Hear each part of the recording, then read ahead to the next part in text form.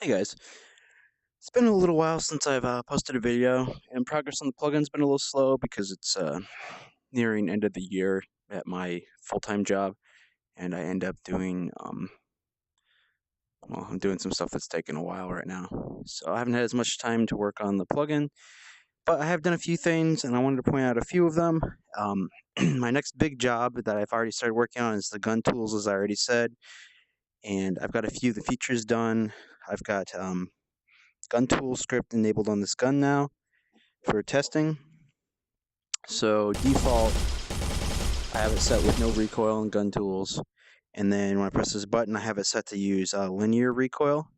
So it sets the max recoil on the, well, this gun's rotated on y-axis forward, so it's setting it on y minus. So now it's got some y minus recoil. And then on here, I also set a rotation recoil that's allowed to use. Now it's got some upward kickback. And on here, it's only recording with scale. Just, why not? If you have like a cartoony gun, you could do something like this, and then yeah, just scale recoil on it. Now, also, I have the gun tools have a decay rate and a lerp rate. The lerp rate is how quickly it'll go from whatever it was to the new recoil kickback. So let's say you kick back 20 units on linear. Like that right now, it's pretty fast, but it's a little smooth because it doesn't ramp up immediately and it doesn't ramp down immediately. So you'll lerp up to the max rate, which it decays consistently after the impulse is applied. So on this slider here, I have the amount of decay rate from where it decays from that max value back down set. So if I set it all the way up, this is a decay rate of 50. So it's much shorter because it ends firing much quicker. I set it about halfway. It's a lot slower. Set it all the way down. It doesn't decay at all. I can set back up to start decaying forward again. Yeah, this is a very slow decay.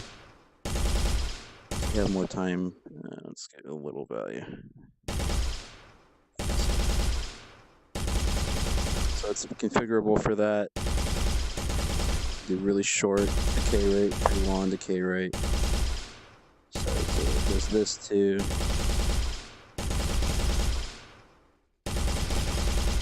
Yeah, you get the picture. I wanted that because, well, why not just throw as much into this as possible? Since I'm going to be doing gun tools, I might as well do it complicated. And because somebody I know specifically is doing slow motion and wanted to be able to lerp into recoil so it wouldn't look weird doing slow motion. So that's what they're doing. I'm also going to be adding shoulder mounts, although I don't really like them. They're being consistently used right now, so I'm adding that. I intend on also adding a custom late update setup that doesn't use the motion controller's late updates and uses a custom one instead that will actually factor in the secondary hand as well, so that you'll get full late updates with two-handed gripping. Now, aiming isn't going to be perfect like that because, as we know, game thread and the rendering thread are offset from each other. So you will be visually aiming where the game hasn't caught up to yet. But I mean, you're going to be firing the bullet on that on the next frame, so it's going to be closer, and it should feel pretty good. That's the most complicated thing that I have to do on the grip scripts, so I have to think about that. There does be something with late updates in these attached components, so they're flickering. They're not getting late updates correctly. I'll have to look into that. So, I mean, that's gun tools. It's going to have a bunch of different recoil settings. It's going to have whatever miscellaneous tools I want. I'm going to remove some of the lerping out of the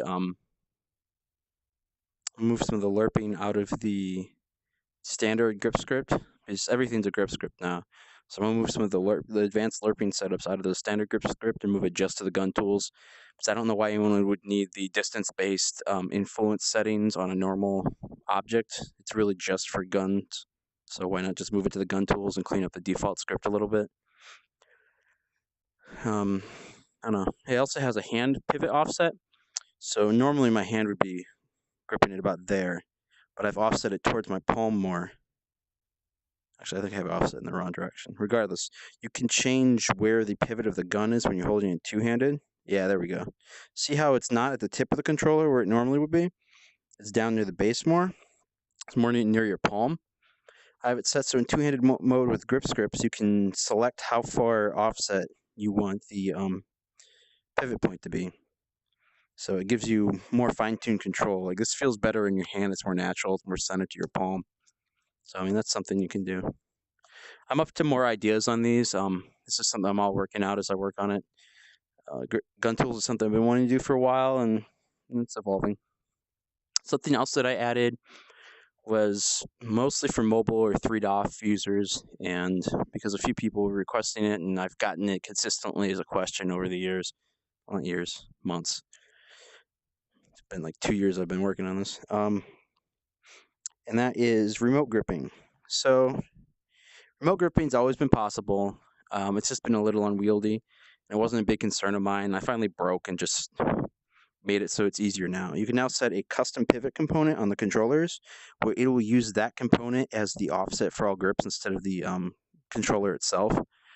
So let's say you wanted a permanent palm offset like what I had with the gun there for all grips. You could set this grip sphere, this collision sphere, to the custom pivot component and offset it down into the palm more. And then whenever you grip, it'd be offset from there. And you'd have that. But you can also do other cool things like put it on the end of a laser beam and grip things remotely with it like that. So all the gripping is based off of that location, so it just treats it like that's where the controller is. So you can grip things at their snap points too, offset from the pivot component. The whole point of this is, even though you could do this anyways and just set, like a distance from the controller and that's what it is, physics-wise, it was a little iffy and it was not quite as smooth. And if you wanted to be able to move the object around, you'd have to update that transform on tick, which is stupid. So this way, you just set a component that you want to act as the root of grips, and you just play with it, and it works fine. So that makes that a lot easier. I stole this example implementation from one of my users who I was debugging this project.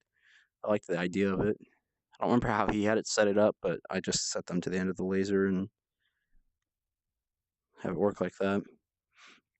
And you can still double grip with it. You can see.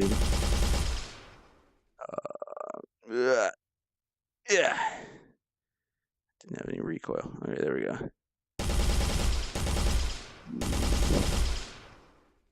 So, there's remote grips for everyone that's been wanting them. Oh, yeah. That's actually kind of funny. Since it's a laser beam, when I turn it off, I move the pivot point back to the hand again. And since that pivot point is the grip location, when I do that, it also stamps the gun back to my hand. So I guess that's a remote pickup, huh? You can do remote pickup also with that grip script where it lerps to your hand, and you won't have things like too high velocity clipping through. Anyways, that's just a few things I've added to the plugin. Gun tools are evolving. We'll be working on them more. I am taking suggestions. I'm not getting into things like rails and clip-on systems because that's mostly gameplay oriented and it's easy to do, and I'd rather people implement their own.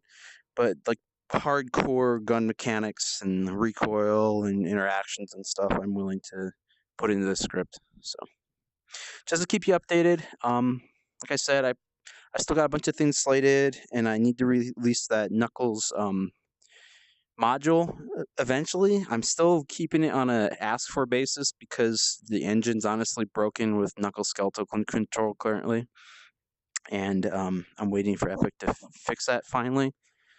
I also have a few pull requests on the engine fixing multiple VR related issues. Hopefully they'll get pulled in soon, and when they do, I'll mention and talk about them because they're very useful.